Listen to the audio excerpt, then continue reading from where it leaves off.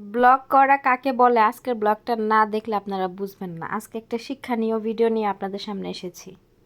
Hello everyone, আসসালামু আলাইকুম। সবাইকে ভিডিও ওমান ব্লগার চ্যানেলে স্বাগতম। আমি মেম চলে আসলাম আপনাদের মাঝে আরও একটা নতুন ব্লগ নিয়ে। তো আজকের ব্লগটা আমি শুরু থেকে গাছপালা, আকাশ বাতাস, নদী নালা, খাল বিল সব কিছু দিয়ে শুরু করলাম।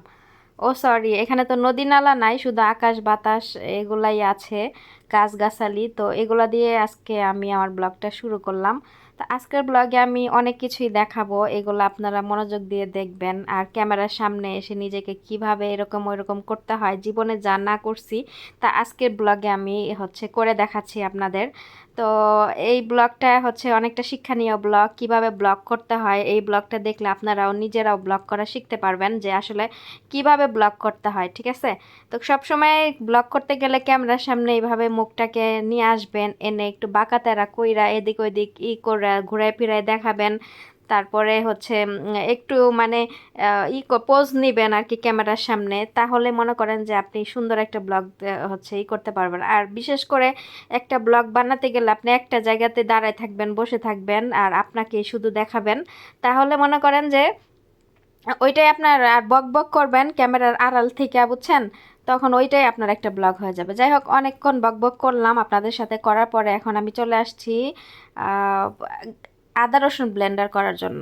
আমি সবসময় আদা রসুন একবারে ব্লেন্ডার করি, এক সপ্তাহ খাই, তারপর এক সপ্তাহ পরে আবার নতুন করে ব্লেন্ডার করি। গতকালকে আদা রসুন ছিল না, ছুলে রেখে দিয়েছিলাম ফ্রিজে, তো আজকে আবার এগুলারে ব্লেন্ডার করে নিচ্ছি।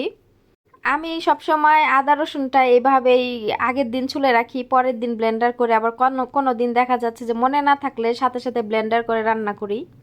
আমার যে এই ব্লেন্ডারটা, এটা হচ্ছে আদা রসুন ব্লেন্ডার করার ব্লেন্ডার না, এটা হচ্ছে কিমা বানানোর ব্লেন্ডার, কিন্তু আমার ম্যাডাম কিনতে পারে নাই। যাই হোক, এটাতে একটু পানি বেশি দিয়ে আদা রসুন ব্লেন্ডার করতে হয়, আর পানি না দিলে এটা আদা রসুন ব্লেন্ডার হয় না। তারপরও কতখানি পানি দেওয়ার পরও আদা রসুন কিন্তু এই যে বেশি মিহিন হয় না, এখানে একটু সোবা সোবা থেকে যায়। তো রান্না বান্না করলে ওটা ধরা যায় না। তো আমি এইভাবেই সবসময় পানি বেশি দিয়ে ব্লেন্ডার করতে হয়। অনেক আপুরে আমার ব্লেন্ডার করা দেখলে বলেন যে আদা রসুনে এত পানি দিয়ে ব্লেন্ডার করতে হয় না, কিন্তু এই ব্লেন্ডারে পানি বেশি না দিলে ব্লেন্ডার হয় না। আজকে আমি আপনাদের সাথে আরব দেশের যে মাছবুস রান্না করে, মুরগির মাংস দিয়ে মাকবুস রান্না করে, তো ওইটাই রান্না আজকে আমি শেয়ার করতেছি। আর এখানে আমি যা যা মশলা আমি নিয়মিত ব্যবহার করি সব কিছু এখানে দিয়ে নিলাম। হলুদের গুঁড়া, শুকনো মরিচের গুঁড়া, তারপর মুরগির মশলা, ধনিয়ার গুঁড়া, লবণ, তারপরে একটু আনাম, এই যে ধনিয়া, জিরা, গরম মশলা, এগুলো আনাম যে এগুলো আছে এগুলো দিয়ে দিলাম অল্প পরিমাণে। সব কিছু একটা বাটির মধ্যে রেডি করে নিলাম। এখন আমি এখানে পেঁয়াজ কেটে নিচ্ছি আর বড় ক্যাপসিকাম মরিচ কেটে নিচ্ছি। আমার ম্যাডামের মুখের ওই যে একটা কি যেন উঠছিল, এটা অপারেশন করছে, এর জন্য আমার ম্যাডাম শক্ত কোনো খাবার খেতে পারে না, নরম খাবার খায়। তো কিছুদিন যাবত আমার ম্যাডামের পছন্দের খাবারই রান্না করতেছি, যেগুলো নরম ম্যাডাম খেতে সুবিধা হবে। তো আমার কফিলে আবার ওগুলো খেতে খেতে মনে করেন বোরিং হয়ে গেছে, এখন সে আমাকে আজকে বলে গেছে যে মাকবুস রান্না করার জন্য।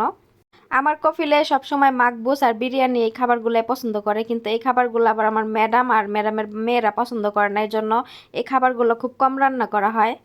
কফিলে আজকে ডিউটিতে যাওয়ার সময় ম্যাডামকে বলে গেছে যে আজকে মাকবুস রান্না করতে, মাছ দিয়ে। তো ম্যাডামের বড় মেয়ে আবার আমাকে বলতেছে যে মাছ দিয়ে মাকবুস রান্না করতে। এখন আমি ফ্রিজে তো মাছ নাই, পরে বললাম মাছ নাই, তো বললাম যে ঠিক আছে মুরগি দিয়ে রান্না করতে।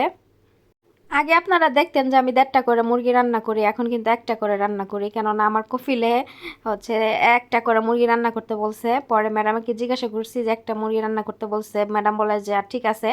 তো আমার ম্যাডাম আর আমার কফিলে আলাদা আলাদা মুরগি কিনে, কেননা আমার কফিলে দুপুরে যে মুরগি রান্না করি, তো এইখানে বিকালেও যদি আমার অনেক সময় আমার ম্যাডাম মুরগি দিয়ে কোনো খাবার করে রান্না করতে বলে, তখন আমার কফিলে কি করে, চিল্লাচিল্লি করে যে একদিনে 2টা মুরগি কেন রান্না করছে, এরকম করে ম্যাডামের সাথে। এর জন্য আমার ম্যাডাম আলাদা করে মুরগি কিনে নিয়ে আসছে।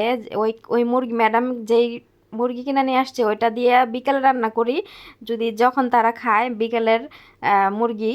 আর দুপুরে আমার কফিলে যে কিনে নিয়ে আসছে ওই মুরগি রান্না করি। ম্যাডামের মুরগি আর আমার কফিলের মুরগি আলাদা আলাদা ফ্রিজে রাখছি। আমার ম্যাডাম বলছে একসাথে রাখতে না, কেননা আমার কফিলে যদি ম্যাডামে যে মুরগি কিনছে উনি ওগুলা যদি ফ্রিজে দেখে, তাহলে ওনার কেনা মুরগি যদি শেষ হয়ে যায় বললেও আর আনবে না, কেননা উনি ভাববে যে ফ্রিজে মুরগি আছে, এজন্য আর আনবে না। পরে আমার ম্যাডাম আমাকে বলতেছে যে ম্যাডাম যে মুরগি কার্টন কিনছে ওই কার্টনের মুরগিগুলো আলাদা ফ্রিজে রাখতে, যাতে আমার কফিলে না দেখে। আমার কফিলা হচ্ছে একটু কিপটা ধরনের, বুঝছেন। খাওয়া দাওয়া ম্যাডামরা একটু হচ্ছে বেশি খায়, আর আমার ম্যাডাম প্রয়োজনের থেকে অনেক বেশি খাবার কিনে পরে না খাওয়া হলে ফালাই দেয়। তো আমার কফিলা আবার এই জিনিসগুলো হিসাব করে, উনি হচ্ছে পরে চিল্লাচিল্লি করে। এই যে বললাম না যে আজকে দুপুরে মুরগি রান্না করতেছি, এখন যদি বিকেলে আমার ম্যাডাম মুরগি দিয়ে কোনো খাবার রান্না করতে বলে রাতের জন্য, তাহলে আমার কফিলা ওইটা দেখে চিল্লাচিল্লি করে যে কেন বিকেলবেলা কেন মুরগি রান্না করতেছে। তো এই জন্য আমার ম্যাডামে হচ্ছে আলাদা করে মুরগি কিনে নিয়ে আসছে, যাতে করে ওনার মুরগি দিয়ে বিকালে রান্না করা হয় আর দুপুরে আমার কফিলের মুরগি দিয়ে রান্না করা হয়। আমরা বাংলাদেশিরা হইলে কিন্তু এই বিষয় নিয়ে আমার জামাইদের সাথে অনেক চিল্লাচিল্লি করতাম যে এরকম করে কেন। কিন্তু আমার ম্যাডামে উনি কখনোই ওনার সাথে কোনো ওনার হাজব্যান্ডের সাথে কখনোই চিল্লাচিল্লি করে না। এই যে ওনার মুরগি নিয়ে তো কথা হইছে ওনার হাজব্যান্ড ওয়াইফে, তো আমার ম্যাডামে কোনো টু শব্দ করে নাই, তার মতো সে আলাদা মুরগি কিনায় না, ফ্রিজে রেখে দিছে। আসলে টাকা থাকলে কি সব কিছু করা সম্ভব, আর টাকা থাকলে নিজের মন মতো করে আমি সব কিছু করতে পারবো। যেহেতু আমার ম্যাডাম একটা চাকরি করে, সেহেতু সেখানে তার টাকা পয়সা আছে, তো সে তার মন মতো করে তার হাজব্যান্ডের যে জিনিসটা বারণ করে সে ওইটা হচ্ছে তার টাকা দিয়েই করে। এই সংসারে আমার ম্যাডামের কিন্তু অনেক বেশি অবদান। আমার ম্যাডামে কিন্তু প্রচুর টাকা খরচ করে তার সংসারে, তার বাচ্চা কাচ্চার যত পোশাক আশাক যত কিছু আছে সব কিছু আমার ম্যাডামে বহন করে। এই যে আমার ম্যাডামের বাচ্চা ছোটটা হয়েছে, ওর এ পর্যন্ত আমার মনে হয় আমার কফিলে ওর ওই পিচ্ছিটাকে এক সেট জামা কাপড় কিনা দেয় নাই, সব কিছু আমার ম্যাডামে কিনে। এই যে মার্কেটে যায় যা যা কেনাকাটা করে এগুলো সব কিন্তু আমার ম্যাডামের টাকা। মাঝে মাঝে যখন বাজার শেষ হয়ে যায় তখন আমার ম্যাডামে আবার তখন সে না করে বাজারটা ওনার হাজব্যান্ডের লেখায় দেয় মোবাইলে, তো উনি তখন ওই বাজার দেখে আমার কফিলে চিল্লাচিল্লি করে যে এত তাড়াতাড়ি বাজার শেষ হয় কিভাবে। অথচ আমার ম্যাডামের জীবনও এরকম করে না। খাবার দাবার নিয়ে অনেক হিসেব করে বাচ্চাদের সাথে ম্যাডামের সাথে। ম্যাডামের যে কাপড় চোপড় যা যা প্রয়োজন এগুলো কিন্তু ম্যাডামের টাকা দিয়ে বহন করে। আবার বড় বড় তার মেয়েরা আছে, মেয়েদের জামা কাপড় ছোট বাচ্চার দুধ জামা এগুলো সব কিছু আমার ম্যাডামই করে। আর ফয়সালের জামা কাপড় শুধু আমার কফিলে এনে উনি কইরা দেয় হয়তো, বা অনলাইন থেকে অর্ডার করে ফয়সালের জামা কাপড়। টিমো টিমো অ্যাপসের থেকে অর্ডার করে, ওখান থেকে করে, মার্কেট থেকে কিনা দেয় না। ফয়সাল কিন্তু শারীরিক প্রতিবন্ধী, তো ওর কিন্তু সরি শারীরিক না মানসিক প্রতিবন্ধী। ও শুধু কথা বলতে পারে না, এমন কি ও সব দিকে সুস্থ, শুধু কথা বলতে পারে না। ও কিন্তু সরকারের থেকে যে একটা ভাতা আছে এই দেশে, কিন্তু সব ধরনের ভাতাই আছে, তো ও কিন্তু সরকারের থেকে টাকা পায়। আর ওই টাকা দিয়ে কিন্তু ফয়সালের দিন চলে যায়, মানে চলে যায় ওই টাকা কিন্তু ফয়সালের টাকা দিয়ে ফয়সালেই চলে। ফয়সালের আমার ম্যাডামরা কিন্তু ম্যাডামের টাকা দিয়ে কিন্তু ফয়সালে চলে না। কথা বলতে বলতে অনেক কিছুই রান্না বান্না আমার অর্ধেক পর্যন্ত হয়ে গেল। দেখেন কত সুন্দর করে মশলাটা যা যা করছি সব কিছু দেখলেন। এইভাবেই করে তারপরে মাংসটা কষাইছি, কষানোর পরে এখান থেকে মাংস উঠাই নিছি, আর পানিও দিলাম পরিমাণ মতো, যতটুকু চাল ওই পরিমাণ মতো পানি দিলাম, লবণ দিলাম। দেওয়ার পরে পানিটা বলক আসার পরে এখানে এই যে বাসমতি চাল যে ভিজাই রাখছিলাম এই ভিজানো চালগুলা এখন দিয়ে দিলাম। আরবিক খ্যাপসা মাকবুস এগুলো কিন্তু বাংলাদেশে অনেকে রান্না করে, আমি অনেক ব্লগারদের দেখেছি, কিন্তু অত বেশি সুন্দরভাবে রান্না করতে পারে নাই। হয়তো বা ভিডিও দেখে রান্না বান্না করছে, কিন্তু অত বেশি সুন্দরভাবে হচ্ছে ওনারা রান্না করতে পারে নাই। অনেকের ভিডিওই দেখেছি বাংলাদেশি, যে ফেসবুকে যে কিছু কিছু ব্লগার আছে ওনাদের। তো যাই হোক ওখানে আমি চাল বসাই দিছি, তারপরে আর এখানে আমি এই যে মুরগির মাংস কষায় যে উঠে রাখছি এটা আমি আবার আরেকটু সুন্দর করার জন্য এখানে একটা আমি সস বানাই নিছি। এখানে সসের মধ্যে একটু তেল, শুকনো মরিচের গুঁড়া, ধনিয়ার গুঁড়া, সামান্য পরিমাণের লবণ আর হচ্ছে একটু ফুড কালার দিয়ে আমি এটাকে সুন্দর মতো ব্রাশ করে দিচ্ছি। আর এইখানে আজকে আমি আমার ম্যাডামদের চুলাটা দেখাচ্ছি। একটা আপু আমাকে জিজ্ঞাসা করছিল যে ফোড়ন কাকে বলে, এটা একটু দেখানোর জন্য। তো ফোড়ন হচ্ছে এইটাকে চুলাকে ওরা বলে ফোড়ন। উপরে 5টা চুলা থাকে, আর এই যে নিচে নিচে যেটা মুরগি গ্রিল করে, যে কোনো জিনিস ভাজা পোড়া করে, তো এটাকে ফোড়ন বলে। আর এই দেখেন আমি এই যে আগুন দেখা যাচ্ছে না, এটা আমি আগুন জ্বালাইছি। এখানে আমি এখন মুরগিগুলা এই মুরগির ইটা আমি দিয়া দিব, তাহলে মুরগিটা সুন্দর মতো এখানে ফ্রাই করা হবে। তো এর জন্য আমি ভাবলাম যে আজকে আপুটাকে, যে একটা আপু কমেন্ট করছিল ফোড়ন সম্বন্ধে জানতে চাইছিল, তো এটা এর জন্য দেখাই দিলাম। ফোড়ন হচ্ছে উপরে 5টা চুলা থাকে আর নিচে হচ্ছে 2টা আগুন জ্বালানোর মতো সিস্টেম থাকে। উপরের আগুনটা তো আপনারা দেখলেন, ওইটাকে উপরে ফ্রাই করে, আর নিচের আগুনটা হচ্ছে নিচে ফ্রাই করে। নিচেরটা নষ্ট হয়ে গেছে এর জন্য নিচে গ্যাসটা জ্বালানো যায় না এখন। আর আজকে আমি আপনাদের সাথে এই যে অনেক আপুরে আমাকে কমেন্ট করছেন যে সাদা সাদা যে জিনিসগুলো দেন আপনি এগুলা কি, তো এগুলো হচ্ছে কেরি, এই যে লেখা আছে কেরি, এটা হচ্ছে জুবনা বলে, আরব দেশে ওরা জুবনা বলে, আর হচ্ছে ইংলিশে এটা বলে কি ক্রিমি চিজ। তো ক্রিমি চিজ এটা দিয়ে স্যান্ডউইচ খায়, আবার স্যান্ডউইচই খায় এটা দিয়ে, আরব দেশের মানুষ এটা খুব পছন্দ করে, আর এটা বাচ্চাদের জন্য অনেক ভালো। তো যাই হোক, এটা এখানে আমি কেরিটা শেয়ার করলাম। আর এখানে যে আরব দেশের যে মশলা, এই মশলা সম্বন্ধেও একটা আপু আমাকে কমেন্ট করে জানতে চাইছেন যে এই মশলা সম্বন্ধে একটু বলতে, এই মশলার ভিতরে কি কি থাকে। আসলে এই মশলার ভিতরে অনেক কিছুই থাকে, এই দেশের যত মশলা আছে সব কিছুই থাকবে, আদা রসুন, তারপরে শুকনা মরিচের গুঁড়া, ধনিয়ার গুঁড়া, লবণ, তারপরে হচ্ছে আরও তেঁতুল, বড়ই, এগুলো সব কিছু দিয়ে আরও অনেক কিছু থাকে সিক্রেট মশলা, যেগুলো হয়তো আমি নিজেও নাম জানি না। তো এগুলো সব কিছু দিয়ে একটা এই যে মশলা বানায়, আর এটার ভিতরের থিকনেসটা দেখেন এরকম থাকে। মানে যত রকমের মশলার আইটেম আছে সব কিছু দিয়ে এটা বানায়। এই একটা মশলা দিয়ে মনে করেন আপনি মুরগির মাংস কিংবা খাসির মাংস আপনি রান্না করে কমপ্লিট করতে পারবেন। আপনার এখানে আদা রসুন আর কোনো কিছুরই প্রয়োজন পড়বে না। তারপরে আমি যখন এই মশলা দিয়ে কিছু রান্না করি, আমি এক্সট্রাভাবে আদা রসুন লবণ দেই, কেননা আমার কাছে মনে হয় যে এখানে আদা রসুন লবণের পরিমাণ কম আছে, আর একটু এক্সট্রাভাবে দিলে আর একটু স্বাদটা ভালো হবে, এর জন্য আমি এক্সট্রাভাবে দিই। তো যাই হোক, আরাবিয়ান মশলাটা আমি দেখিয়ে দিলাম, ওইটা একটা বালতিতে ছিল।